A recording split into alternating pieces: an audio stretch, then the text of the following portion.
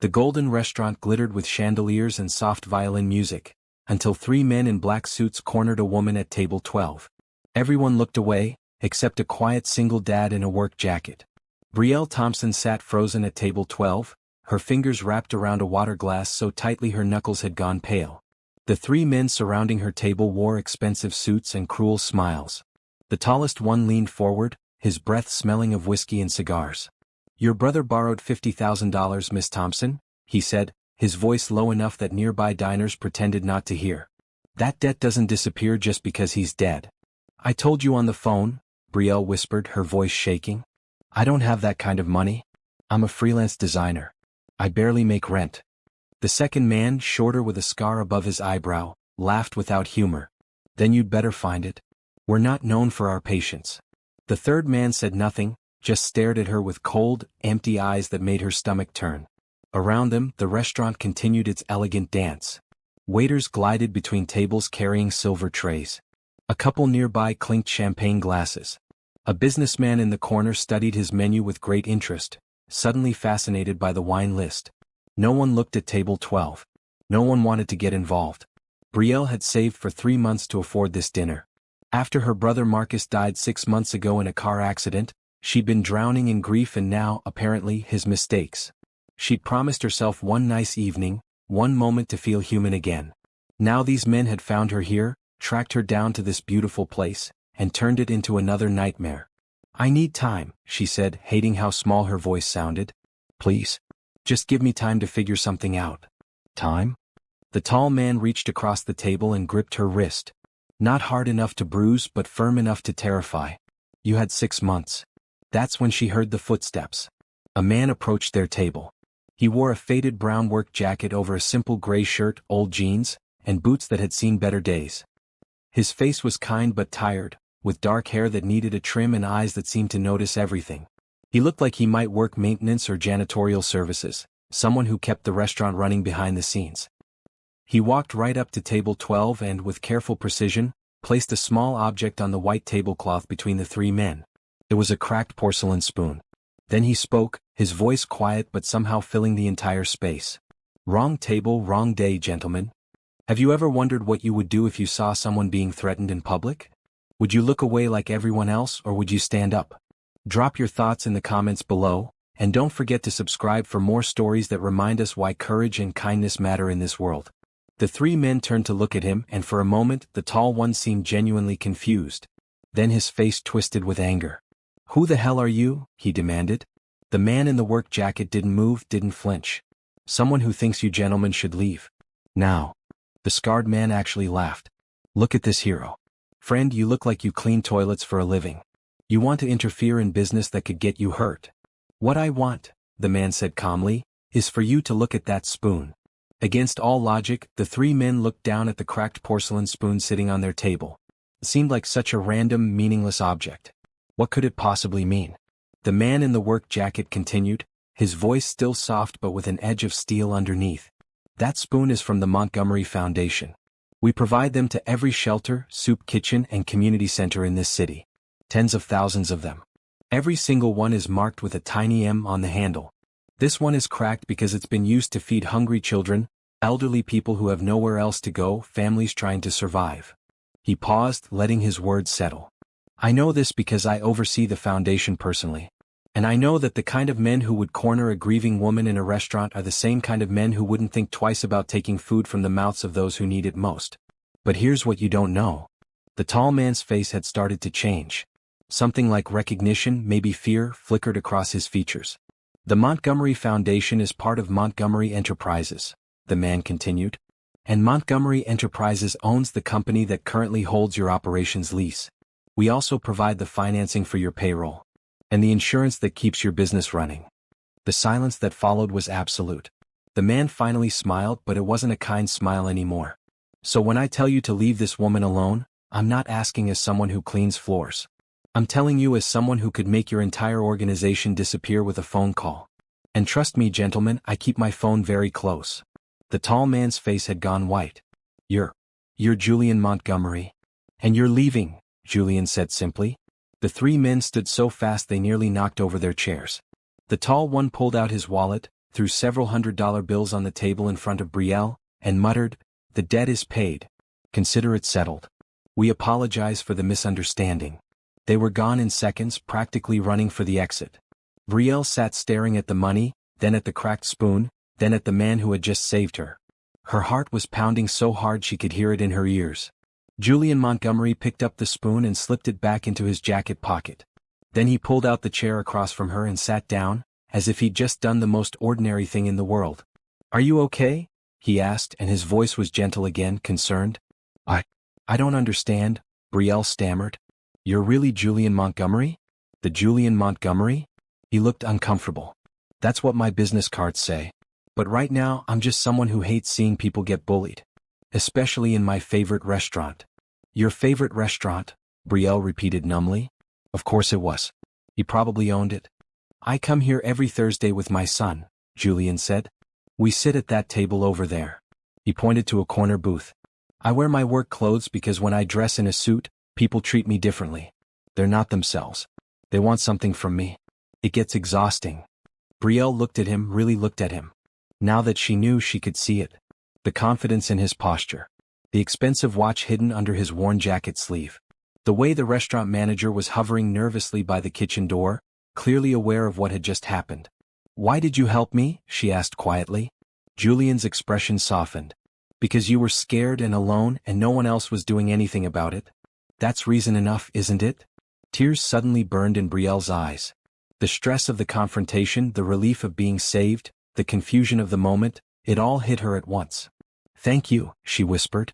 "I don't know what would have happened if you hadn't." "Hey," he said gently. "You're safe now. That's what matters." She wiped her eyes quickly, embarrassed. "I'm sorry. This was supposed to be a nice evening. First time I've been out in months. And those men just—" "Your brother's debt," Julian said. "They mentioned it. I'm sorry for your loss." Fresh tears threatened. "Marcus was complicated. He made mistakes. But he was my brother and I loved him. I didn't even know about the money until they started calling me." Julian was quiet for a moment. Then he pushed the pile of cash toward her. "Take this. It's yours now. They paid the debt." "I can't take that," Brielle said automatically. "Why not?" Julian asked. "They owed it to you. More than that, they owed you an apology and peace of mind. Take it. Pay your rent, buy yourself something nice, save it. Whatever you need." Brielle looked at the money. $500, maybe more. It would cover her rent and groceries for the next month. But taking it felt wrong somehow, like accepting charity. Julian seemed to read her mind. "It's not charity," he said. "It's restitution. There's a difference. They terrorized you. This is the least they owe." Something in his tone made her believe him. Slowly, she reached out and gathered the bills, folding them carefully into her purse. "Thank you," she said again. "You're welcome." Julian smiled, and it transformed his whole face, making him look younger, lighter. "Now, since your evening was interrupted, how about I buy you dinner? The pasta here is incredible, and you definitely deserve a good meal after all that." "You don't have to do that," Brielle said, but she found herself hoping he'd insist. "I know I don't have to," Julian replied. "But I'd like to. Besides, my son stood me up tonight. He's at a sleepover and I hate eating alone. You'd actually be doing me a favor." It was obviously a lie to make her feel better, but it was a kind lie. And Brielle realized she didn't want to be alone right now either. "Okay," she said. "I'd like that." Julian signaled to a waiter, who appeared instantly. "Can we get some menus, please? And maybe some bread to start." As the waiter hurried off, Julian turned back to Brielle. "I don't even know your name." "Brielle," she said. "Brielle Thompson." "Well, Brielle Thompson, it's nice to officially meet you.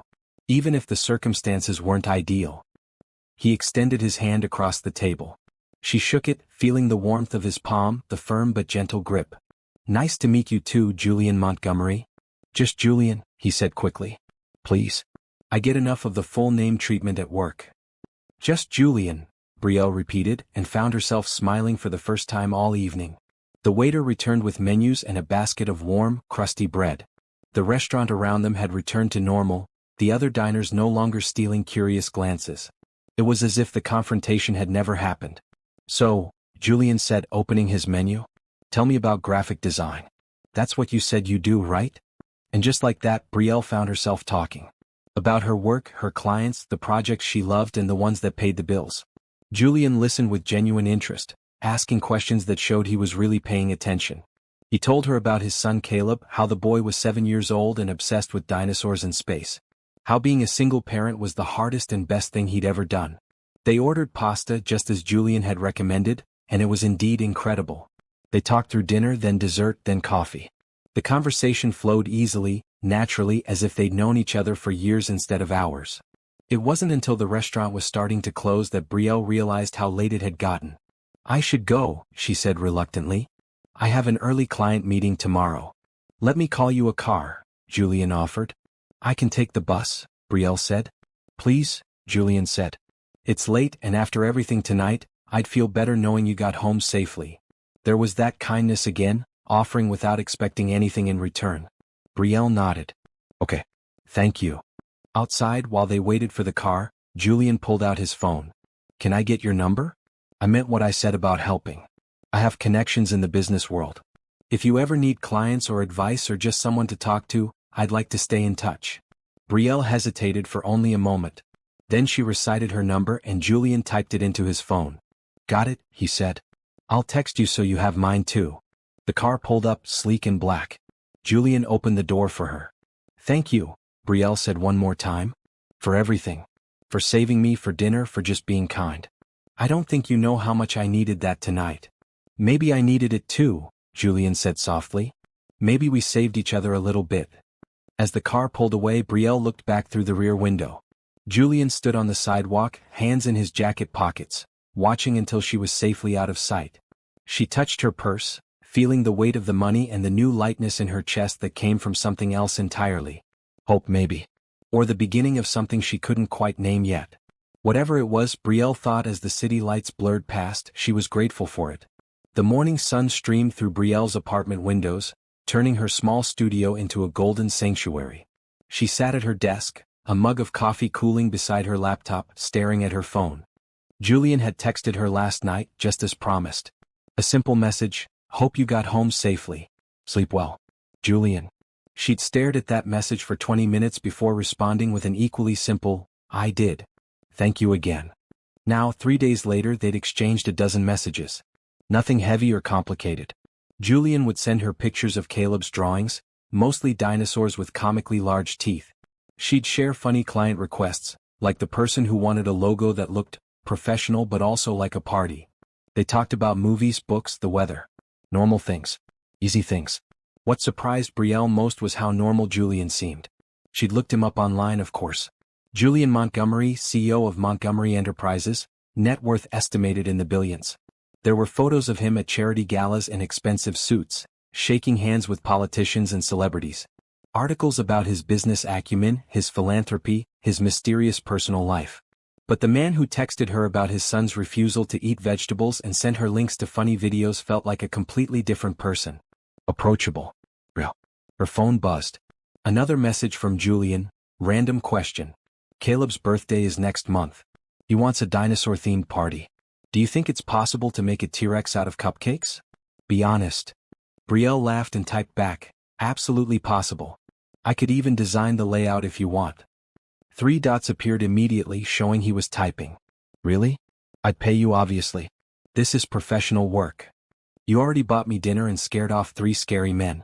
I think I owe you cupcake architecture. You don't owe me anything. But if you're offering, Caleb would lose his mind with happiness. Can we meet sometime to discuss it? Maybe coffee?" Brielle's heart did a small flip. Coffee. A meeting. Something that felt dangerously close to a date, except it was about his son's birthday party, so it couldn't possibly be a date.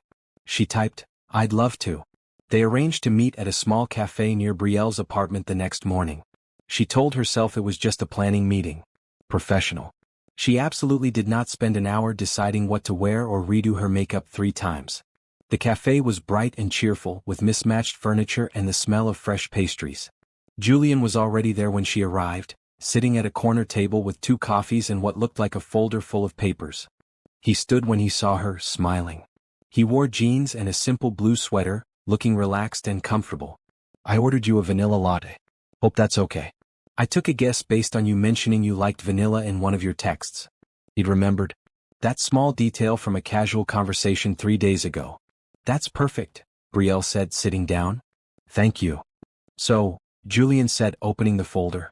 I have to confess something. The cupcake thing was partly an excuse. Brielle's stomach fluttered. An excuse for what? To see you again, Julian said simply. I wanted to ask you something and I figured it was better to do it in person. Okay, Brielle said slowly. You can ask me anything. Julian took a breath. That debt your brother owed. I did some research. The organization those men work for, they're not the original lenders. They bought the debt from a legitimate bank, pennies on the dollar, and then they use intimidation to collect more than it's worth. It's technically legal but morally bankrupt. Brielle felt her chest tighten. I didn't know that. There's more, Julian continued gently. The original debt was $20,000. With interest it's up to 30. But they were trying to get 50 from you. They were lying about the amount. Anger flared hot in Brielle's chest. So they would have taken that money and still come back for more? Probably, Julian admitted. That's how they operate. But here's the thing. I made some calls. I had my legal team contact them. The debt is settled. Completely. You don't owe anyone anything. They won't bother you again. Brielle stared at him. You did that? Why? Because it wasn't right, Julian said. They were going to keep harassing you forever. You deserve to be free of it. But you already helped me, Brielle said, her voice shaking. You already saved me that night. You didn't have to do more. I wanted to, Julian said. Look, I know we just met. And I know this probably seems strange, some rich guy swooping in to fix your problems. But I've spent most of my adult life watching people get taken advantage of by organizations that prey on the vulnerable. I have the resources to stop it sometimes. So I do. It's that simple. It wasn't that simple though. Brielle could see in his eyes that there was more to it, something personal driving this need to help people. But she didn't push. Thank you, she said quietly. I don't know how to repay you. You don't have to repay me, Julian said firmly. But if you really want to do something, there is one thing you could help me with. Anything, Brielle said. Julian pulled a business card from his folder and slid it across the table. It was simple, elegant. I'm looking for a designer to redo the branding for the Montgomery Foundation, the charity side of my company. We fund shelters, food programs, education initiatives. The current materials look like they were made in 1995 because they were. I need someone with fresh eyes and real talent. Someone who understands what these programs mean to the people they serve. Brielle looked at the card, then at Julian. You want to hire me? I want to hire the best person for the job, Julian said. And from what I've seen of your work online, that's you. But I'll understand if you feel weird about it, given how we met. I can recommend other designers if you prefer. No, Brielle said quickly. Yes. I'd love to do it. If you really think I'm qualified. I do, Julian said. The pay is competitive. Full creative control. And you'd be helping a cause that matters. What do you say? Every instinct told Brielle to be cautious, to wonder if there were strings attached. But she remembered what Julian had said that first night. Kindness, hope, and love should always lead. This was an opportunity, a good one. Turning it down out of fear or pride would be foolish. I say yes, Brielle said. With gratitude. This could really help my business. Julian's smile was genuine and warm. Great. I'll have my assistant send over the details and the current materials. Take a look, come up with some initial ideas and we'll go from there. No rush. Take whatever time you need. They talked logistics for a while, then naturally drifted back into easier conversation. Julian told her more about Caleb, how his mother had passed away when he was 2, and how Julian had learned to be both father and mother to his son. It was clear he adored the boy, that single parenthood wasn't a burden but a blessing he took seriously. You should meet him, Julian said suddenly. Caleb, if you're going to design his birthday party, it might help to know what he likes. And honestly, he's been asking about the pretty lady I had dinner with. I may have mentioned you. Brielle's cheeks warmed. You told him about me? Only that I made a new friend, Julian said quickly. Caleb likes when I have friends. He worries that I'm lonely. Are you? Brielle asked before she could stop herself. Lonely? Julian was quiet for a moment.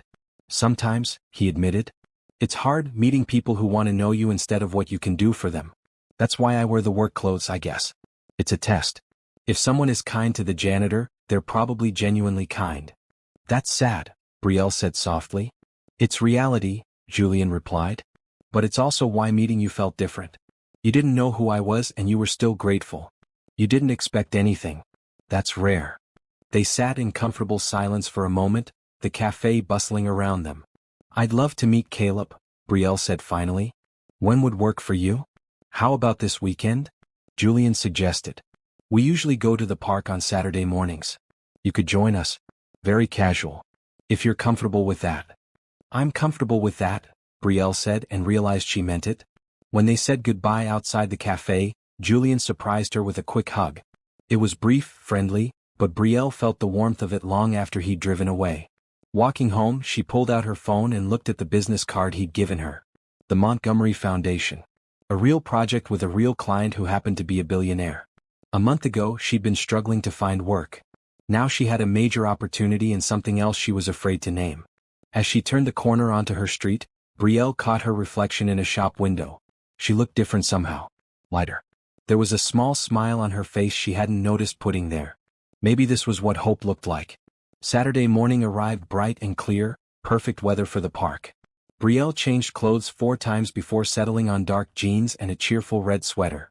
Casual but put together. She'd braided her hair and added small gold earrings her mother had given her years ago. The park was gorgeous, full of families and joggers and dogs chasing tennis balls. Julian had texted her earlier with the location, the big playground near the duck pond. She found them easily. Julian sat on a bench, watching a small boy with dark curly hair navigate the monkey bars with intense concentration. Even from a distance, Brielle could see the resemblance. Caleb had his father's serious eyes and determined expression. "You can do it, buddy," Julian called encouragingly. "Take your time." Caleb made it across successfully and pumped his fist in triumph before noticing Brielle approaching. His eyes went wide. "Dad," he stage whispered. "Is that her?" Julian turned, his face breaking into a smile. "Hi. You found us." "Pretty lady," Caleb announced, sliding down from the play structure and running over. He stopped a few feet away, suddenly shy. "I'm Caleb. I'm 7. Do you like dinosaurs?" Brielle crouched down to his level. "Hi Caleb. I'm Brielle. And I think dinosaurs are amazing. What's your favorite?" "Spinosaurus," Caleb said immediately, confidence restored. "Everyone says T-Rex, but Spinosaurus was actually bigger and it could swim. That's way cooler." "That is way cooler," Brielle agreed seriously. Julian watched them with an expression Brielle couldn't quite read. Pride maybe. Or relief. "Dad says you're going to help with my birthday party," Caleb continued. "Can we have a volcano? A chocolate volcano that explodes." "Caleb," Julian said gently. "Let's not overwhelm Brielle right away." "It's okay," Brielle laughed. "A chocolate volcano sounds incredible. I'll see what I can do." Caleb beamed. "Dad, I like her. She understands good ideas." They spent the morning at the park. Caleb showed Brielle every piece of playground equipment with detailed explanations of the best techniques for maximum fun. Julian walked beside them, occasionally helping Caleb climb something particularly challenging, mostly just watching his son with obvious affection. Around lunchtime, they settled on a blanket Julian had brought. He unpacked sandwiches, fruit, and juice boxes. "You came prepared," Brielle observed. "Single dad skill," Julian said. "Always pack snacks. Always." Caleb chattered between bites about school, his friends, a science project about planets. He was bright and curious, asking Brielle questions about her job, fascinated by the idea that she drew pictures on computers. "Can you draw a Spinosaurus?" he asked hopefully. "Absolutely," Brielle said. "I'll make you one and send it to your dad." Caleb's joy was pure and unfiltered. Julian caught her eye over his son's head and mouthed, "Thank you." After lunch, Caleb spotted some friends from school and asked if he could go play. Julian agreed, keeping a watchful eye as the boys ran off to the swings. "He's wonderful," Brielle said. "He's my whole world," Julian replied simply. "Everything I do, every decision I make, it's all for him." "He's lucky to have you." "I'm the lucky one," Julian said. "When his mother died, I was terrified. I had no idea how to be a parent. But Caleb, he's taught me everything. Patience, creativity, what really matters in life." He paused. "Sorry, I'm probably oversharing." "Not at all," Brielle said. "It's beautiful. The way you love him. You can see it in everything you do." They sat quietly watching Caleb play. The sun was warm, the breeze gentle. It felt peaceful. "I want to tell you something," Julian said after a while. "About the foundation project. There's more to it than I mentioned." Brielle turned to look at him. "Okay." "The foundation is important to me because I grew up in poverty," Julian said, his voice steady but soft. My mother worked 3 jobs. We lived in a shelter for 2 years. I remember the people who helped us, who gave us food and clothes and hope. They're the reason I made it out. So now I try to give back, to be for other families what those people were for us. Brielle felt her throat tighten. I had no idea. Most people don't, Julian said. I don't talk about it much. But I wanted you to know because this project, it's not just business for me. It's personal. Those materials you'll be designing, they represent real help for real people. I need someone who gets that. I get it, Brielle said. My brother and I, we didn't grow up with much either. My mom worked so hard to give us what we needed. I understand what it means to need help and what it means to receive it with dignity. Julian looked at her with something like recognition. That's exactly it. Dignity. People don't just need food and shelter. They need to feel human, respected. I'll make sure the designs reflect that, Brielle promised. I'll make sure they're beautiful and hopeful and worthy of the people you're trying to help. I know you will, Julian said. That's why I asked you. Caleb ran back over, breathless and excited. Dad, can we get ice cream? Please? Brielle can come too. Julian looked at Brielle. What do you say? There's a great place just down the street. I'd love to, Brielle said. The ice cream shop was small and cheerful, with dozens of flavors and colorful tubs. Caleb chose a double scoop of chocolate and mint, declaring it the best combination ever invented. Brielle got strawberry. Julian ordered coffee ice cream, which Caleb found hilarious for some reason. They sat at a small table by the window. Caleb regaled them with more dinosaur facts, occasionally interrupted by bites of ice cream that left chocolate on his nose. Okay, buddy, Julian said eventually. You've been talking for 20 minutes straight. Let Brielle get a word in. It's fine, Brielle laughed. I like dinosaurs now. I'm learning so much. She's nice, Dad, Caleb said seriously. Can she come over for dinner sometime? Julian looked slightly embarrassed. Caleb, we can't just invite people to dinner. Why not? Caleb asked. You're always saying we should be kind and make friends. He's got you there, Brielle said, grinning. Julian sighed, but he was smiling too. Okay. Brielle, would you like to come to dinner sometime? Fair warning, Caleb will probably talk about dinosaurs the entire time. Sounds perfect, Brielle said. I accept. Caleb cheered, almost knocking over his ice cream in excitement. Later, as they walked back toward the parking lot, Caleb held his father's hand on one side and reached for Brielle's on the other. She took it without hesitation, this small hand that trusted so easily. This was a good day, Caleb announced. One of my best days ever. Mine too, Brielle said softly. Julian met her eyes over Caleb's head. In that moment something passed between them. Understanding, maybe. Or possibility. When they reached her car, Julian pulled out his phone. Let me get your email for the foundation project. I'll send over all the materials Monday morning. Sounds good, Brielle said. And about dinner, Julian added. How's Thursday? Nothing fancy, just spaghetti and probably more dinosaur facts. Thursday's perfect, Brielle said. Saying goodbye felt strange, like ending something too soon. Caleb hugged her legs, nearly tackling her with enthusiasm. Julian's hug was more reserved but no less warm.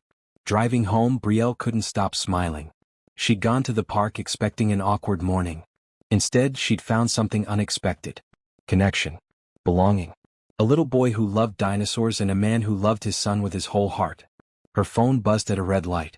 A text from Julian. Caleb just told me you're his second best friend in the world. Apparently I'm first, but you're a very close second. Consider that high praise. Brielle typed back, I'm honored. Today was wonderful. Thank you for including me. Thank you for coming. See you Thursday. At home, Brielle opened her laptop and started sketching ideas for the foundation materials. She worked for hours, inspired by Julian's story, by the idea of helping people with dignity and hope. She thought about kindness. About how Julian had helped her without hesitation. About how she'd accepted that help, which felt like its own kind of courage. Sometimes, Brielle thought as she saved her designs, the bravest thing you could do was let someone be kind to you. Let them help. Let them in. And sometimes, if you were very lucky, kindness led to something more. Thursday arrived faster than Brielle expected. She'd spent the week working on preliminary designs for the Montgomery Foundation, losing herself in color palettes and typography that felt both professional and welcoming. Every design choice was deliberate. Warm colors to convey hope, clean lines to suggest competence, images of real people rather than stock photos to emphasize human connection. She'd sent Julian drafts Tuesday evening. His response came within an hour. "These are incredible. Exactly what I hoped for. Can't wait to discuss more at dinner." Now she stood outside his apartment building, a modest mid-rise in a quiet neighborhood, holding a bottle of wine and a bag of art supplies she'd brought for Caleb. Her stomach fluttered with nerves. The building wasn't what she'd expected. She'd looked up Julian's main residence online, a stunning estate on the outskirts of the city. But he'd given her this address instead, explaining it was where he and Caleb spent most of their time. "The big house feels too empty," he'd texted. "This place feels like home." She pressed the buzzer for apartment 4C. "Come on up," Julian's voice crackled through the speaker and the door clicked open. The hallway was clean and well lit, with warm beige walls and the faint smell of someone cooking Italian food. At apartment 4C, the door opened before she could knock. Caleb stood there in a dinosaur t-shirt, grinning. "You came. Dad's making spaghetti and I helped with the garlic bread. I got to use the brush to put butter on it." "That's a very important job," Brielle said seriously. Caleb beamed and ushered her inside. The apartment was cozy and lived in. A comfortable couch faced a TV playing a nature documentary on mute. Bookshelves lined one wall, filled with business books, novels and children's stories about space and dinosaurs. Caleb's drawings covered the refrigerator. The kitchen was small but functional, where Julian stood stirring sauce on the stove. He looked up and smiled. "Hey, you found us okay?" "Perfect directions," Brielle said. She held up the wine. "I brought this, though I'm realizing a 7-year-old probably won't appreciate it." "I will though," Julian said, taking the bottle. "Thank you. Make yourself comfortable. Dinner's almost ready." Caleb tugged on Brielle's sleeve. "Want to see my room? I organized my dinosaurs by time period." "That sounds amazing," Brielle said. Caleb's room was exactly what you'd expect from a 7-year-old obsessed with dinosaurs. Posters on the walls, plastic models on shelves, books scattered across a small desk. But it was also tidy in a way that suggested Julian's influence, teaching his son responsibility. "This is the Triassic section," Caleb explained, pointing to one shelf. "Then Jurassic here. And Cretaceous on top because those are the biggest dinosaurs." Brielle admired his collection with appropriate awe. She pulled out the bag she'd brought. "I made something for you." Caleb's eyes went wide as she handed him a folder. Inside was a full-color illustration she'd created. A detailed Spinosaurus in its natural habitat, swimming through water with its distinctive sail catching sunlight. "This is mine," Caleb whispered. "All yours," Brielle said. "I thought you could hang it up if you wanted." "Dad," Caleb yelled, running out of the room. "Dad, look what Brielle made me." Julian appeared in the doorway, Caleb bouncing beside him with the illustration. Julian's expression softened as he looked at the drawing. "Brielle, this is beautiful," he said. "You didn't have to do this." "I wanted to," Brielle said. Caleb's enthusiasm for dinosaurs is contagious. "Can we hang it up right now?" Caleb pleaded. "After dinner," Julian said. "Go wash your hands. Food's ready." The dining table was small, set for 3. Julian had made spaghetti with homemade sauce, garlic bread, and a simple salad. It smelled incredible. "This looks amazing," Brielle said as Julian served generous portions. "Cooking is one of the few domestic skills I've actually mastered," Julian said. "Laundry still defeats me sometimes, but I can make a decent meal." Dinner was warm and easy. Caleb talked about school, a field trip to the Science Museum coming up, his best friend Tyler who was also obsessed with dinosaurs. Julian listened attentively, asking questions, gently reminding Caleb to eat between stories. Brielle watched them interact, the obvious love and patience. Julian wiped sauce from Caleb's chin without breaking conversation. Caleb checked in with his dad before taking seconds, a polite courtesy that felt natural rather than forced. "Brielle," Caleb said suddenly, "do you have a family?" "Caleb," Julian said quietly, "that might be a personal question." "It's okay," Brielle said. "I have my mom. She lives a few hours away. And I had a brother, but he passed away." "Like my mom," Caleb said with the matter-of-fact acceptance children sometimes have about death. "Dad says she's watching over us from heaven." "I bet she is," Brielle said. "And I bet she's really proud of you." "Do you miss your brother?" Caleb asked. "Every day," Brielle said honestly.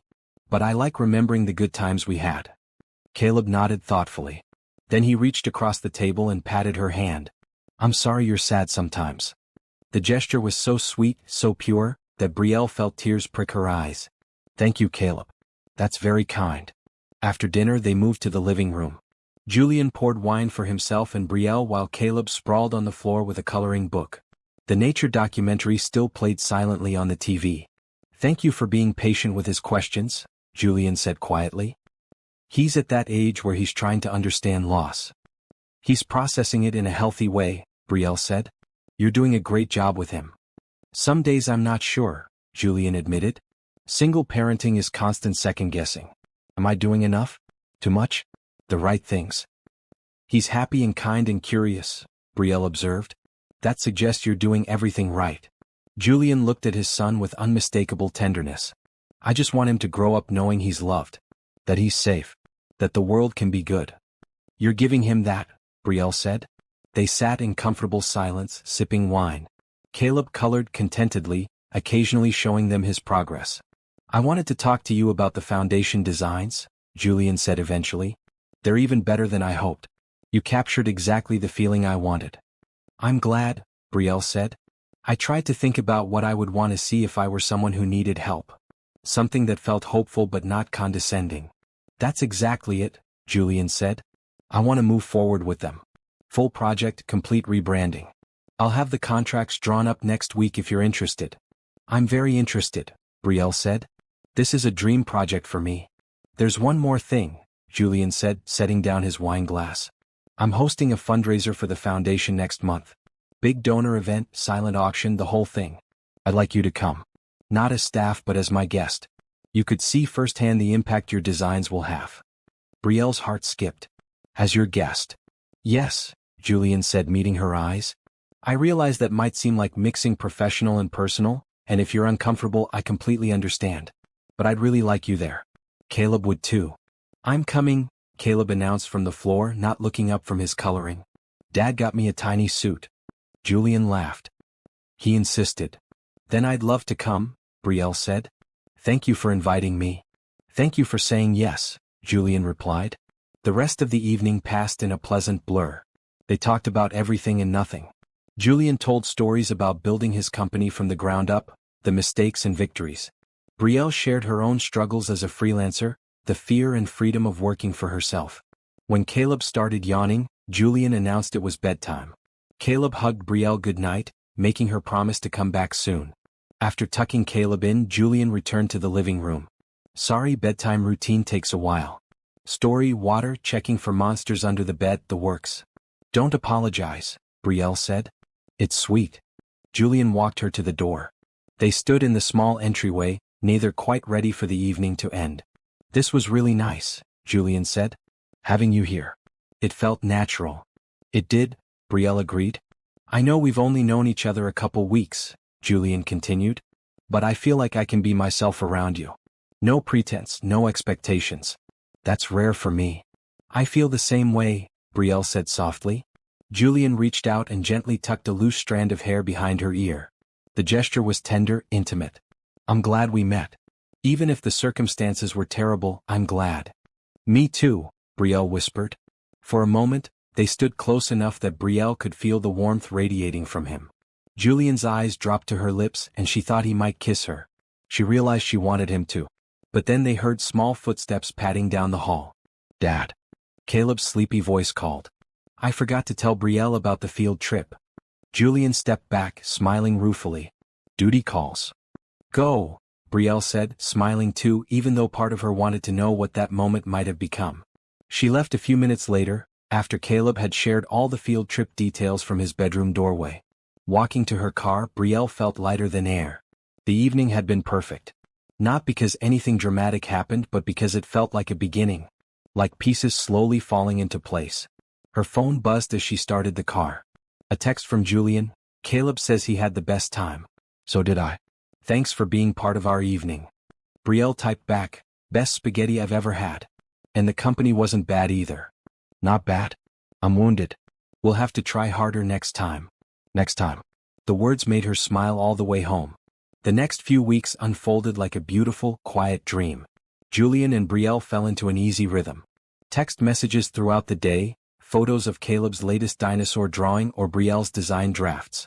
Phone calls that stretched late into the evening, conversations about childhood and dreams and the million small things that make a person who they are. Julian started connecting Brielle with other clients. Nothing pushy, just casual introductions. My friend runs a nonprofit for literacy programs. They need a website redesign. Can I give them your number? Each connection was genuine, each client relationship meaningful. Within 3 weeks, Brielle had more work than she could handle. Her freelance business was actually thriving. You don't have to keep doing this, she told Julian during one of their evening calls. Doing what? He asked innocently. Sending me clients. Helping my business grow.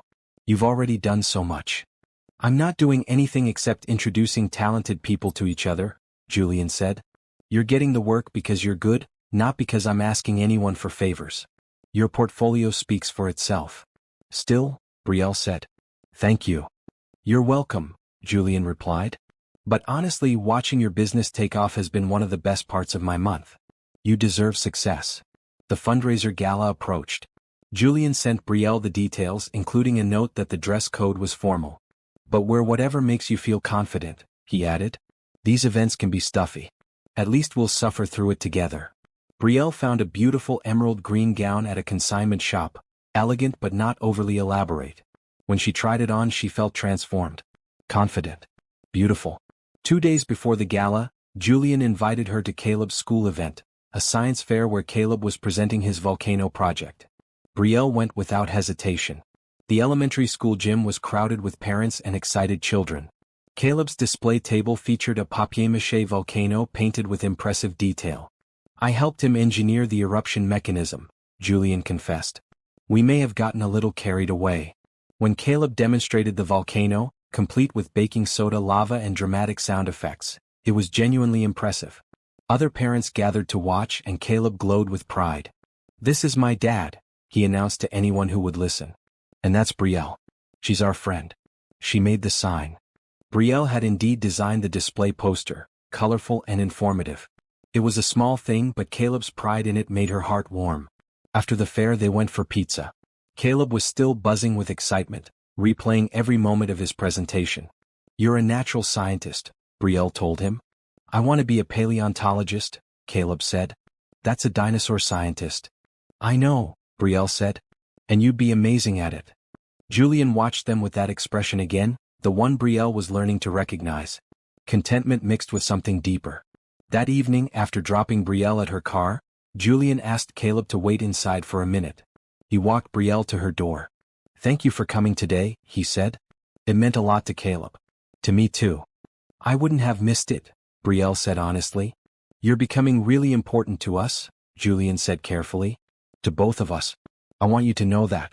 And I want to make sure you're okay with it. I'm more than okay with it, Brielle said. You two have become important to me too. Julian smiled, relieved.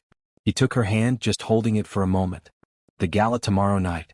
I'm really looking forward to it. Getting to show up with you, introduce you to people. Is that okay?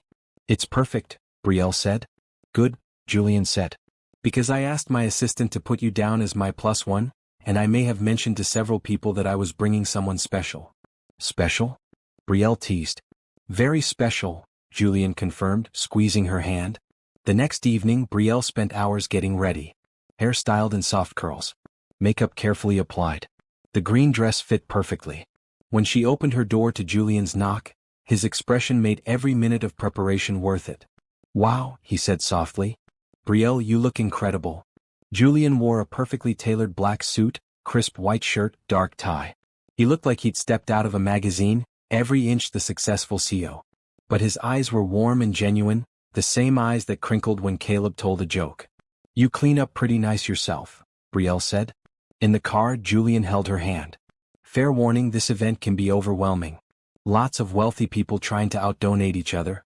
Just stick with me, and if you need a break, we can sneak out to the balcony. The gala was held in a beautiful hotel ballroom, all crystal chandeliers and white tablecloths. Hundreds of people in expensive clothes mingled, holding champagne flutes and making polite conversation. Julian was immediately surrounded by people wanting his attention. Business associates, donors, city officials. He handled each interaction with practiced ease, but kept Brielle close, his hand on the small of her back. This is Brielle Thompson, he introduced her repeatedly. She's the brilliant designer behind our new foundation materials. She's going to change how we communicate our mission. People were impressed, interested. They asked Brielle questions about her work, her vision. She found herself in genuine conversations about design and charity impact. "You're holding court," Julian murmured during a brief quiet moment. "Half the people here want to hire you." "I'm just talking about what I love," Brielle said. "I know," Julian said.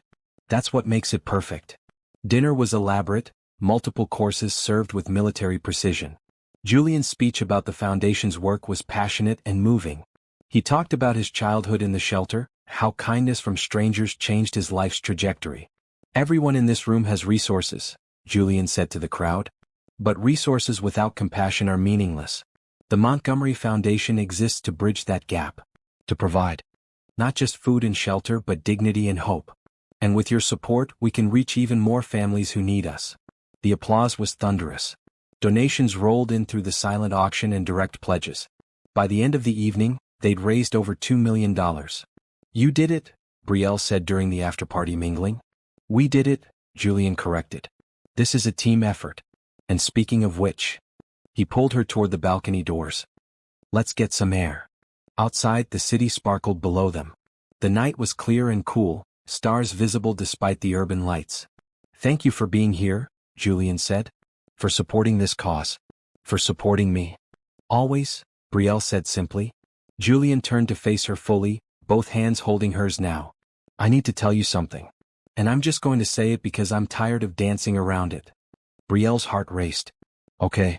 "I'm falling for you," Julian said. "I have been since that night in the restaurant but especially these past weeks. The way you are with Caleb, the way you light up when you talk about your work, the way you see people with kindness and grace. I'm falling for you and I needed you to know." Brielle felt tears prick her eyes but they were happy tears. "I'm falling for you too," she whispered. "I tried not to. I told myself it was too fast, too complicated.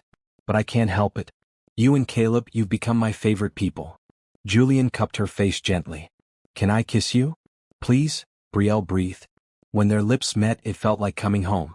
Gentle at first, then deeper. Julian's arms wrapped around her waist, pulling her close. Brielle's hands slid up to his shoulders into his hair. When they finally pulled apart, both were breathless. "Wow," Julian said. "Yeah," Brielle agreed. They stood in each other's arms, looking out at the city, neither wanting to break the moment. "What happens now?" Brielle asked softly. "Now," Julian said. "Now we figure this out together. No rushing, no pressure. Just, together." "Together," Brielle repeated. "I like the sound of that." They stayed on the balcony until the cold drove them back inside. For the rest of the evening, Julian held her hand openly, no longer hiding the affection between them. When he dropped her off that night, they kissed again in her doorway, sweet and slow. "Caleb's going to be so happy," Julian said against her lips. "About what?" Brielle asked, smiling. "That his two favorite people are finally together." Brielle laughed. "We should probably have an actual conversation with him about this." "Tomorrow," Julian promised. "We'll tell him together. If that's okay with you." "It's perfect," Brielle said. She watched from her window as Julian's car pulled away, touching her lips where his kiss still lingered. Falling in love hadn't been part of her plan. Neither had meeting a billionaire disguised as a janitor, or bonding with his dinosaur-obsessed son, or finding her business suddenly thriving. But sometimes the best things in life were the ones you never planned for. Are you holding yourself back from accepting help because of pride? What if the very thing you're refusing is the breakthrough you've been praying for? Think about that, and while you're thinking, hit that subscribe button and drop a comment about a time someone helped you when you needed it most. Your story might inspire someone else to accept the kindness they're being offered. Sunday brunch at Julian's apartment had become a routine. Brielle brought fresh bagels from her favorite bakery, Julian made coffee and fruit salad, and Caleb usually contributed his commentary on whatever cartoon was playing in the background. This particular Sunday was special. They were going to tell Caleb about their relationship. "You nervous?" Julian asked as Brielle set the bagels on the counter. "Terrified," Brielle admitted. "What if he doesn't like the idea?" "Are you kidding?" Julian said. "He's been asking me when you're going to be his second mom since week 2. "Julian," Brielle said, eyes wide. "I told him it doesn't work like that, obviously," Julian said quickly. "But the sentiment stands. He adores you." Caleb wandered in wearing dinosaur pajamas. "Is Brielle staying for cartoons?" "Actually, buddy, we wanted to talk to you about something," Julian said, gesturing to the couch. They all sat down, Caleb between them looking curious but not concerned. So, Julian started. You know how Brielle has been spending a lot of time with us? Yeah, Caleb said. Because she's our friend. She is our friend, Julian confirmed. But she's also become special to me in a different way. We like each other a lot. More than just friends. Caleb looked between them. You mean like girlfriend and boyfriend? Exactly like that, Julian said. How do you feel about that? Caleb's face split into a huge grin. That's awesome. Does this mean Brielle will be here even more? If that's okay with you, Brielle said. It's super okay, Caleb said. Can you come to my soccer games now? Dad always looks lonely in the stands. Julian laughed. I'm not lonely. But yes, Brielle can come to your games if she wants to. I'd love to, Brielle said. This is the best day, Caleb announced. Then, with the attention span of a 7-year-old, he turned back to the TV. Can we watch now? Yes, we can watch, Julian said, catching Brielle's eye with an amused expression. That was it. Simple, easy, perfect. Later, while Caleb was absorbed in his cartoons, Julian pulled Brielle into the kitchen. I want to take you somewhere next weekend, he said quietly. Just the two of us. A proper date. What about Caleb? Brielle asked. My sister is coming to town. She's been dying to spend time with him. We could have an evening out, dinner, maybe a walk on the waterfront. What do you think? I think that sounds wonderful, Brielle said. Over the next week, Brielle continued working on the foundation materials. The project was expanding beyond the initial scope. Julian wanted new brochures, updated website graphics, even promotional videos. It was consuming most of her time, but she didn't mind. The work felt meaningful. She also couldn't help noticing small things about Julian that didn't quite add up. His modest apartment, for instance. The more time she spent there, the more she noticed. The kitchen appliances were high-end brands. The furniture looked simple but was clearly expensive. The TV was the latest model with technology she couldn't even figure out. Then there were his clothes. When they'd first met, she'd assumed his work jacket was old and worn because he couldn't afford better. Now she noticed the label inside when it was draped over a chair. A luxury brand that made jackets starting at $2,000. Worn and faded, yes. But deliberately so, designer distressed. One evening, while Julian was helping Caleb with homework, Brielle noticed a magazine on the coffee table. A business journal with Julian on the cover, Montgomery, the CEO transforming tech philanthropy. She picked it up, studying the photo. Julian in a suit, standing in front of a massive glass building, looking every inch the powerful businessman. That's from last year, Julian said, appearing beside her. She hadn't heard him approach. They wanted to do a feature on the foundation. I agreed because it meant more publicity for the cause. You look different, Brielle said. Different how? More serious. Less approachable. Julian smiled slightly. That's the point, actually. When I'm in CEO mode, I need to project authority. But it's exhausting. This, he gestured around the apartment at his casual clothes, this is who I really am. Just a dad trying to do right by his kid. And a billionaire trying to change the world, Brielle added. The money is just a tool, Julian said. It's what you do with it that matters. But the inconsistencies kept nagging at her. Small things. Like when Julian mentioned knowing the mayor personally. Or when they passed a massive office building and Caleb said, that's where Dad works, and Julian quickly changed the subject. Brielle wasn't stupid. She knew Julian was wealthy, obviously. But there was wealthy and then there was whatever Julian actually was. One afternoon, she was working at her favorite coffee shop when a woman sat down at the next table. She was on a phone call, speaking loudly enough that Brielle couldn't help overhearing. No, we need Montgomery's approval on this, the woman said. Nothing moves forward without sign-off from Julian Montgomery himself. He owns the building, the land, and half the development rights downtown. Brielle's hands paused on her keyboard. The woman continued, I know. But that's what happens when one man controls that much of the city's real estate. Everything goes through Montgomery Enterprises. After the woman left, Brielle opened her laptop and did what she'd been deliberately avoiding. She searched Julian Montgomery net worth. The results made her dizzy. Forbes listed him in the top 50 wealthiest people under 40. Articles detailed his business empire, tech investments, real estate holdings, venture capital. Montgomery Enterprises wasn't just a successful company. It was a conglomerate with fingers in dozens of industries. There were photos of Julian at exclusive events, shaking hands with celebrities and world leaders. Pictures of his estate, which wasn't just big but absolutely massive, with grounds that looked like a park. And there, buried in an older article, was a mention of his various properties, including a private residence Montgomery maintains for personal use, the location of which is not publicly disclosed for security reasons. The apartment. His modest, cozy apartment where they had dinner and watched cartoons. That was his secret refuge, the place where he could be just Julian instead of Julian Montgomery, billionaire CEO. Brielle closed her laptop, heart racing. He'd been honest about being wealthy. He'd told her about Montgomery Enterprises. But the scale of it, the sheer magnitude of his success and influence, that had been carefully downplayed. She wasn't angry exactly. She understood why he'd want to hide that. She'd seen how people treated him at the gala, always wanting something, always angling for advantage. But it did make her wonder what else she didn't know.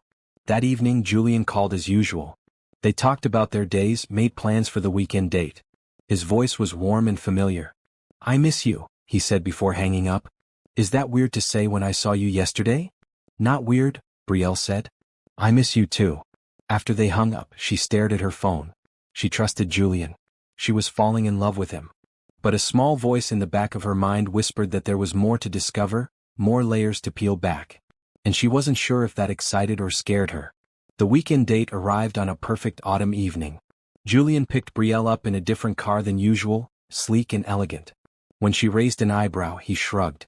"The other car is practical for groceries and soccer practice," he said. "Tonight calls for something special." He'd made reservations at a rooftop restaurant overlooking the water. The view was breathtaking, city lights reflecting on the gentle waves below. "This is beautiful," Brielle said as they were seated at a private table near the railing. "I wanted somewhere we could really talk," Julian said. "No distractions, no interruptions. Just us." Dinner was exquisite, each course perfectly prepared. But the real joy was the conversation. They talked for hours about everything and nothing. Julian told her about building his first company in his 20s, the fear and excitement of risking everything on an idea. "I had $300 to my name," he said. "I slept in my office for 6 months because I couldn't afford an apartment. But I believed in what I was building." "What changed?" Brielle asked. "When did you know you'd made it?" Julian thought about that. "When I could buy my mother a house. Not a mansion, just a comfortable house where she could retire and feel safe. The day I handed her the keys, that's when I knew the struggle had been worth it." "Where is she now?" Brielle asked. "She passed away 3 years ago," Julian said quietly. "Cancer. By then I could afford the best doctors, the best treatments. But sometimes money can't fix everything." "I'm sorry," Brielle said, reaching across the table to take his hand. "Me too," Julian said. "She never got to meet Caleb. That's my biggest regret. She would have loved him." They sat in comfortable silence for a moment, holding hands across the table. "Can I ask you something?" Brielle said finally. "Anything." "Why me? You could date anyone. Models, celebrities, society people. Why did you notice me?" Julian smiled. "You really don't see it, do you?" "See what?" "How special you are," Julian said. "Brielle, you were terrified that night in the restaurant, but you held yourself with dignity. You didn't beg or make a scene. You were brave. And then when I helped you, you were genuinely grateful. Not calculating, not trying to figure out how to use the connection. Just grateful." He continued, "And the more I got to know you, the more I saw. Your talent, your work ethic, the way you light up talking about design. The way you are with Caleb, patient and kind and genuine. You're not trying to win him over to get to me. You actually care about him." "Of course I care about him," Brielle said. "He's wonderful." "Exactly," Julian said. "That's why you're special. You see people as people, not as assets or connections. That's incredibly rare in my world." Brielle felt tears prick her eyes. "I'm not special, Julian. I'm just me." "And just you is exactly what I've been looking for," Julian said softly. After dinner, they walked along the waterfront. The night was cool but not cold, perfect for walking hand in hand. "I need to tell you something," Julian said as they walked. "And I want to be completely honest." Brielle's stomach clenched. "Okay. I know you've been researching me online," Julian said. "My assistant monitors search alerts with my name. It's standard security protocol. A few days ago, there was a search from a coffee shop IP address I recognized as your regular place." Brielle stopped walking. "You track searches about you?" "Not me personally," Julian said quickly. "But yes, my security team does. It's necessary given my profile. But that's not the point. The point is, I know you saw the articles. The Forbes list, the real estate holdings, all of it. And I want you to understand why I didn't lead with that information. I already understand, Brielle said. You wanted to be sure I wasn't interested in your money. It's more than that, Julian said. I wanted to be sure I could just be myself. The Julian who makes spaghetti and helps with homework and worries about whether he's a good dad. Not the Julian Montgomery who owns buildings and runs a company. Just Julian. He turned to face her fully, holding both her hands. But you deserve to know everything. The estate, the properties, the full extent of the business. I don't want secrets between us. I don't need to know everything, Brielle said. I trust you. And I understand wanting privacy, wanting to be seen as a person first. You're not upset? Julian asked. I'm not upset, Brielle confirmed. I'm falling in love with the man who reads bedtime stories and burns garlic bread and calls to say goodnight. The billion-dollar empire is impressive, but it's not why I'm here. Julian's expression softened with relief and something deeper. Say that again. Which part? The falling in love part. Brielle smiled. I'm falling in love with you, Julian Montgomery. The real you. All of you. Julian pulled her close and kissed her deep and slow. When they broke apart, he rested his forehead against hers. I'm in love with you too, he whispered. Completely, terrifyingly in love with you. They stood there by the water, holding each other as the city sparkled around them. What happens now? Brielle asked. Now we figure out how to blend our lives together, Julian said. I want you to meet my sister. I want you to see the estate, understand all the parts of my life. And I want to keep doing this, these quiet moments where it's just us. That sounds perfect, Brielle said. They walked back to the car, fingers intertwined. The evening had been magical, but what made it special was the honesty, the vulnerability. They'd both shown their true selves, fears and hopes laid bare. At Brielle's door, Julian kissed her goodnight with a tenderness that made her knees weak. I'll call you tomorrow, he promised. And every day after that. I'm counting on it, Brielle said. Inside her apartment, Brielle floated through her nighttime routine. She was in love. Actually, genuinely in love with a man who was kind and real and happened to also be a billionaire. Her phone buzzed. A text from Julian, already missing you. Thank you for the perfect evening. She typed back, thank you for being honest. And for being you. Always, came the reply. Sweet dreams, Brielle. Lying in bed, Brielle thought about the unexpected path her life had taken. A few months ago she'd been struggling, alone, drowning in her brother's debt and her own grief. Now she had a thriving business, a man she loved, and a little boy who'd stolen her heart completely. Sometimes life gave you exactly what you needed when you were brave enough to accept it. 2 weeks later, Julian called Brielle with an invitation. I want you to see the estate, he said. The real house, not just the apartment. Caleb wants to show you his room there, and I want you to understand the full scope of my life. Can you come this weekend? I'd love to, Brielle said. Saturday morning arrived bright and clear. Julian picked her up in yet another car, this one an SUV perfect for the drive outside the city. Caleb bounced in the back seat, excited to show Brielle his big house, as he called it. There's a pool, he told her. And a game room. And my room has space for all my dinosaurs with room for more. That sounds amazing, Brielle said. The drive took 40 minutes, leaving the city behind for rolling hills and estates hidden behind stone walls and iron gates. When they turned into a long driveway, Brielle's breath caught. The estate was stunning. Not ostentatious or showy, but elegant and sprawling. The house itself was beautiful stone and glass, blending traditional and modern architecture. Gardens stretched in every direction, perfectly manicured but still natural looking. Home sweet home, Julian said, pulling up to the main entrance. Inside was even more impressive. Soaring ceilings, artwork on the walls, furniture that was both luxurious and comfortable. But what struck Brielle most was how lived in it felt. Caleb's toys were scattered in one room. Photos of Caleb and Julian covered tables and walls. This wasn't a showpiece. It was a home. Come on, Caleb said, grabbing Brielle's hand. I'll show you everything. The tour took an hour. Caleb's room was indeed large enough for an impressive dinosaur collection, with built-in shelves and a reading nook. The game room had a pool table, board games, and a cozy setup for movie nights. The kitchen was massive and professional grade but clearly used regularly. Dad cooks Sunday breakfast here, Caleb explained. Pancakes and bacon and fruit. Outside, the pool sparkled in the sun. There was a garden with vegetables growing, a greenhouse, even a small orchard. Do you take care of all this yourself? Brielle asked Julian. I have groundskeepers for the gardens, Julian admitted. But the vegetable garden is ours. Caleb and I plant it together each spring. This year we had more tomatoes than we knew what to do with. We gave them to the shelter, Caleb added proudly. Dad says sharing is important. They had lunch on the terrace looking out over the grounds. The food was simple, sandwiches and lemonade, but the setting was spectacular. So this is where you grew up? Brielle asked Caleb. Sort of, Caleb said. We moved here when I was little. Before that, we lived in the apartment. The apartment was originally our home, Julian explained. When I first had money to buy property, I bought that building and renovated the fourth floor into a living space. It was home base while I built the company. When Caleb was born, we stayed there because it felt right. We bought this place when he was 3, but we kept the apartment. It grounds us. Brielle understood. The apartment reminded them where they came from, kept them humble despite the wealth surrounding them. After lunch, Caleb asked if he could show Brielle his favorite spot, a treehouse in the backyard. Julian agreed, and they watched from the terrace as Caleb led Brielle across the lawn. The treehouse was elaborate, with actual rooms and furniture. Clearly custom-built and maintained. This is where I come when I want to think, Caleb confided. Sometimes being the kid of someone famous is weird. People at school treat me different when they find out about Dad.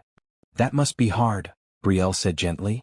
Dad says I should judge people by how they treat me before they know, Caleb said.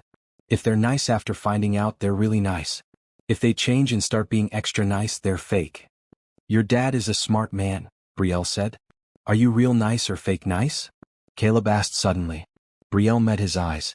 What do you think? Caleb studied her seriously. Then he smiled. Real nice. You were nice when you thought Dad was a janitor. He told you about that? Brielle asked, surprised.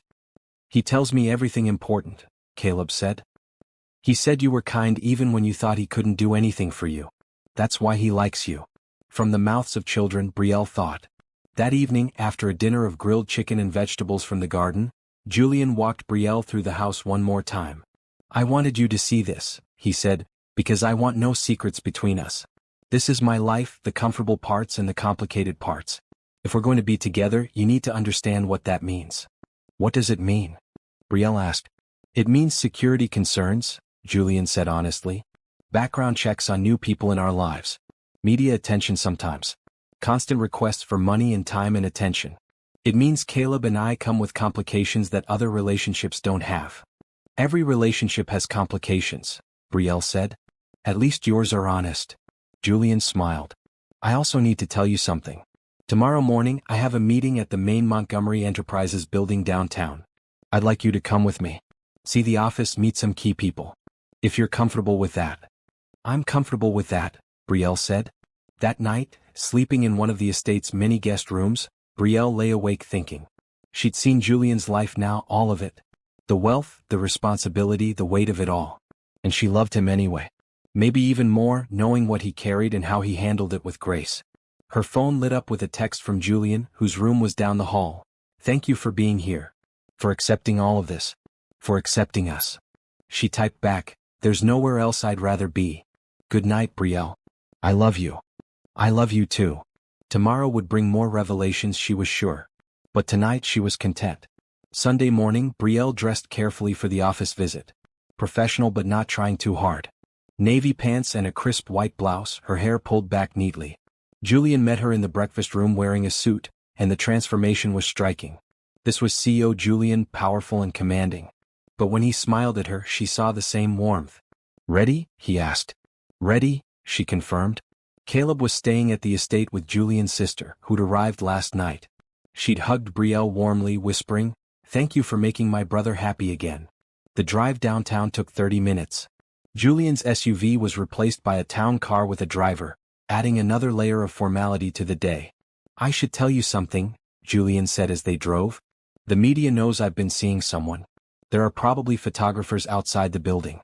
I can have you brought in through a private entrance if you prefer. What would you prefer? Brielle asked. Honestly?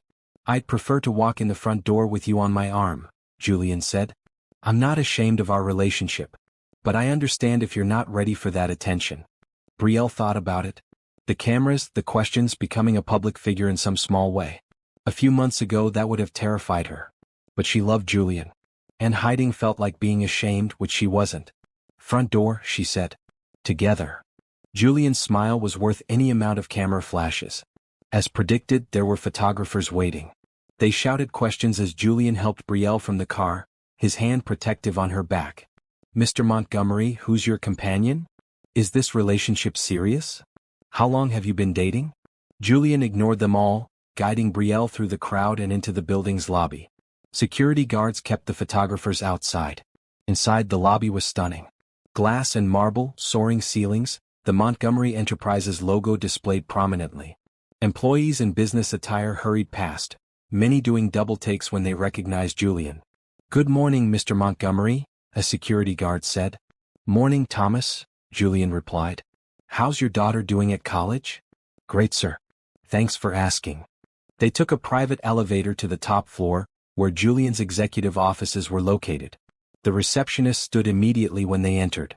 "Mr. Montgomery, your 10 o'clock is waiting in conference room A. Miss Chin has the quarterly reports you requested." "Thank you, Patricia," Julian said. "This is Brielle Thompson. She'll be joining me in meetings today." Patricia smiled warmly. "Lovely to meet you, Miss Thompson." Julian's corner office was enormous, with floor-to-ceiling windows overlooking the city. The desk was massive but orderly, papers neatly stacked, multiple computer monitors displaying various reports. "This is where the magic happens," Julian said with slight irony. "Well, this and about 100 meetings a week." There was a photo on his desk. Julian and Caleb at the beach, both laughing. It was the only personal item in the otherwise professional space. "Keeps me grounded," Julian said, noticing her looking at it. "Reminds me why I work this hard." The morning was a whirlwind of meetings. Marketing presentations, financial reports, strategy sessions. Julian was impressive in professional mode, asking sharp questions, making decisive choices. But he always introduced Brielle, included her in conversations, valued her design perspective when relevant. During a coffee break, they stood by the windows looking down at the city. "Does this feel overwhelming?" Julian asked. "A little," Brielle admitted. "But mostly I'm just impressed. You built all this." "I had help," Julian said. "Good people, smart decisions, and honestly, a lot of luck. But yes, I'm proud of what we've accomplished." "You should be," Brielle said. The afternoon brought fewer meetings. Julian showed her different departments, introduced her to key employees. Everyone was respectful but clearly curious about who this woman was that their CEO was personally touring through the building. In the design department, Julian introduced Brielle to the creative director. "This is Brielle Thompson, the designer behind our new foundation materials," he said. "Brielle, this is Amanda. She heads our internal design team." Amanda's eyes lit up. "I've seen those designs. They're incredible. The new brochure is the best thing we've produced in years." "Thank you," Brielle said, pleased. "Actually," Julian said thoughtfully, "Amanda, I've been thinking we need fresh perspective in the corporate design division. Would you have time to discuss potential consultant opportunities with Brielle?" "Absolutely," Amanda said immediately. "Miss Thompson, would you be available to meet next week?" Just like that, another door opened. Brielle was learning this was how Julian operated. Subtle helps that created genuine opportunities. Late afternoon, they returned to Julian's office. He loosened his tie and collapsed into his desk chair with a tired sigh. "Long day?" Brielle asked. "Worth it though," Julian said.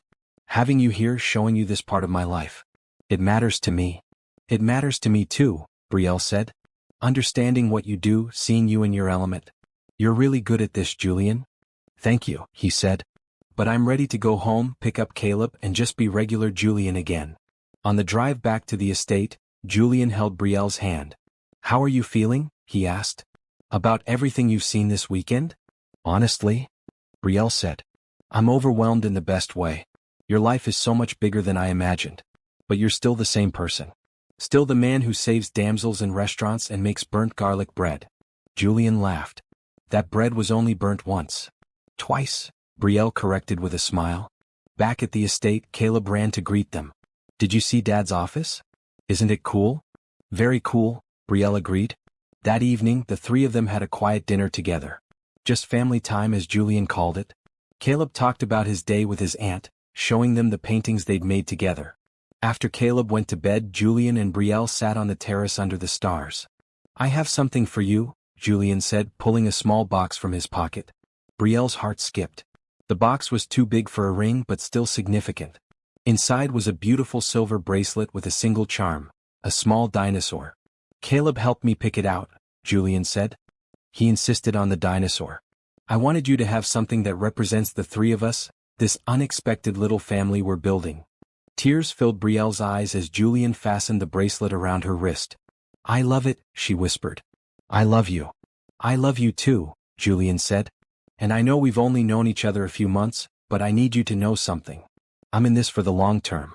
You and me and Caleb. Building something real and lasting." "Me too," Brielle said. "I'm in this completely." They kissed under the stars, a promise and a beginning. Later, driving back to her apartment, Brielle touched the bracelet on her wrist. The little dinosaur charm caught the light from passing street lamps. She'd come so far from that terrified woman in the restaurant. She'd found love, purpose, a family she never expected. And she'd learned that sometimes the best thing you could do was say yes. Yes to help, yes to opportunity, yes to love. Yes to all of it. 6 months later, spring had arrived with blooming flowers and warm sunshine. Brielle's design business had grown beyond her wildest dreams. The Montgomery Foundation project had won awards, leading to more nonprofit clients and even some corporate contracts. She'd hired 2 part-time assistants and was considering renting actual office space instead of working from her apartment. But the biggest change was personal. She and Julian had been dating officially for months, with Brielle spending most weekends at the estate with him and Caleb. They'd fallen into comfortable routines.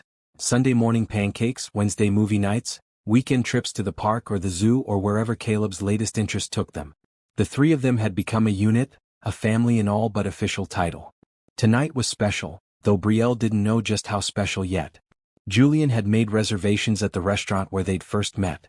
The same restaurant where 3 men had cornered her, where a quiet man in a work jacket had placed a cracked spoon on the table and changed her life.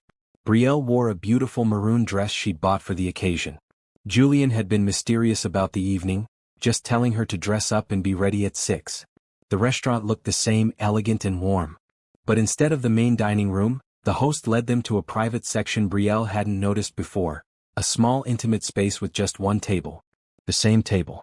Table 12 where it had all started. "Julian," Brielle breathed. "You reserved the whole section?" "I wanted privacy," Julian said, pulling out her chair. "For something important. Caleb wasn't with them tonight. Julian's sister had him for a special sleepover, which now made more sense. They ordered drinks, the same vanilla latte Brielle had ordered that first night and coffee for Julian. The waiter brought bread, then disappeared discreetly. "Do you remember the first time we sat at this table?" Julian asked. "Every detail," Brielle said. "I was terrified and alone. And then you appeared like some kind of guardian angel with a cracked spoon." Julian smiled. "I still have that spoon, by the way. Caleb insisted we keep it. He says it's magic." "Maybe it is," Brielle said softly. Julian reached across the table and took her hand. "That night I saw someone worth saving. Not because you were helpless but because you were trying so hard to be brave. You were scared but you weren't begging or falling apart. You were strong even when you didn't feel strong."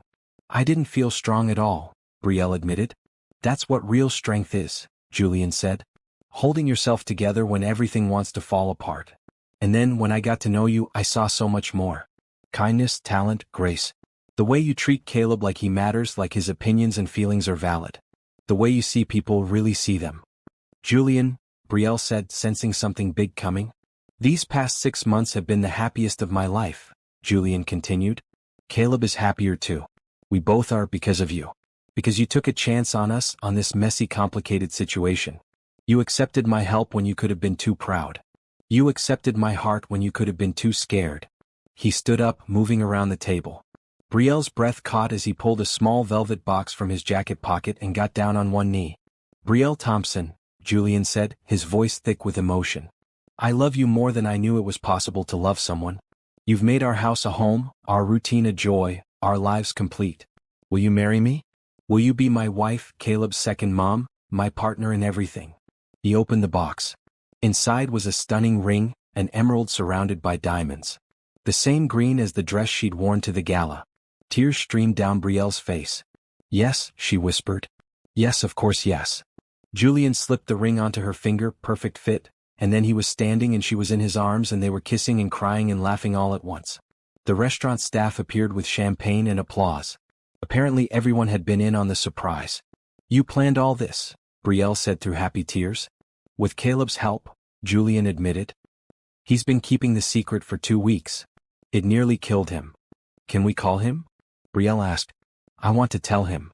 Julian pulled out his phone, and seconds later Caleb's face appeared on video chat.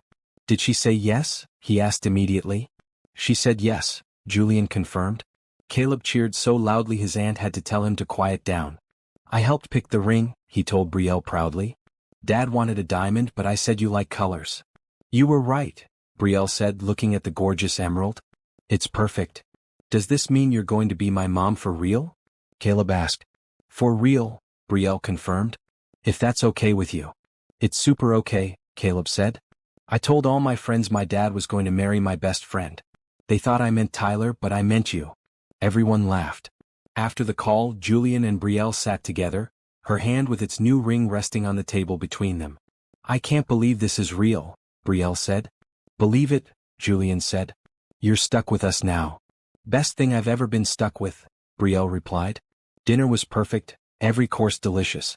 They talked about the wedding, about the future. Julian wanted something simple and intimate, just close family and friends. Brielle agreed completely. "Caleb wants to be the ring bearer," Julian said. "He's already been practicing walking slowly and seriously." "Of course he's the ring bearer," Brielle said. As they were finishing dessert, Brielle noticed a commotion near the entrance. The 3 men who had harassed her that first night were being seated in the main dining room. She tensed immediately. Julian followed her gaze and his expression hardened. "Stay here," he said. "Julian, don't," Brielle said. "It's not worth it." "I'm not going to make a scene," Julian promised. "But they should know you're under my protection. Permanently." He walked over to their table. Brielle watched as Julian spoke quietly. She couldn't hear the words but she saw the men's faces drain of color. One of them nodded vigorously. Julian said something else then walked back. "What did you say?" Brielle asked as he sat back down. "I reminded them that you're now my fiancé," Julian said. "And that if they ever so much as look at you wrong, they'll find their business operations suddenly encountering unexpected difficulties. I also suggested they might want to eat somewhere else tonight." As if on cue, the 3 men stood and quickly left the restaurant. "My hero," Brielle said, but she was smiling. "Always," Julian replied. They stayed until the restaurant was closing, not wanting the evening to end. Walking to the car, Julian kept his arm around Brielle, and she leaned into him, complete and content. "When should we tell people?" Brielle asked. "Soon," Julian said. "I want to shout it from the rooftops. But maybe we keep it quiet for a few days, just enjoy this moment as ours." "I like that idea," Brielle said. At her apartment, Julian walked her to the door as always. "I don't want to leave you," he admitted. "Then don't," Brielle said. "Stay. We're engaged now. We're building a life together." Julian smiled. "Okay." That night, they talked until dawn about their dreams for the future. A wedding in the estate gardens. Maybe more children someday. Building a life where kindness, hope, and love were the foundation of everything. "I still can't believe this all started because of a cracked spoon," Brielle said sleepily. "Best investment I ever made," Julian joked. 3 months later, on a perfect summer day, Brielle walked down an aisle lined with white flowers and became Mrs. Montgomery. Caleb stood beside his father as ring-bearer, performing his duties with adorable seriousness. In her vows, Brielle thanked Julian for seeing her when no one else would, for helping her when she needed it most, for loving her completely. In his vows, Julian thanked Brielle for accepting that help with grace, for loving not just him but his son, for becoming the missing piece of their family. The reception was joyful and intimate. 100 guests, but it felt like family. Caleb gave a toast that made everyone cry, talking about how he'd wished on his birthday candles for a mom and how wishes really do come true. As they danced their first dance as husband and wife, Julian whispered, "No regrets." "Not a single one," Brielle said. "Even though you're married to someone who once pretended to be a janitor?" "Especially because of that," Brielle said. "You gave me the chance to fall in love with the real you." "Best decision I ever made," Julian said. Months turned into years. Brielle's business continued to thrive. She and Julian created a foundation together, helping young entrepreneurs from disadvantaged backgrounds. Caleb grew up happy and secure, knowing he was loved. And sometimes, late at night, they'd sit on the terrace of their home and talk about that first meeting. About how a moment of kindness in a restaurant had changed everything. "Do you think we would have found each other anyway?" Brielle asked once. "If not for that night?" "Maybe," Julian said. "But I'm glad we didn't have to wait to find out." 5 years after that first night, they returned to the restaurant for their anniversary.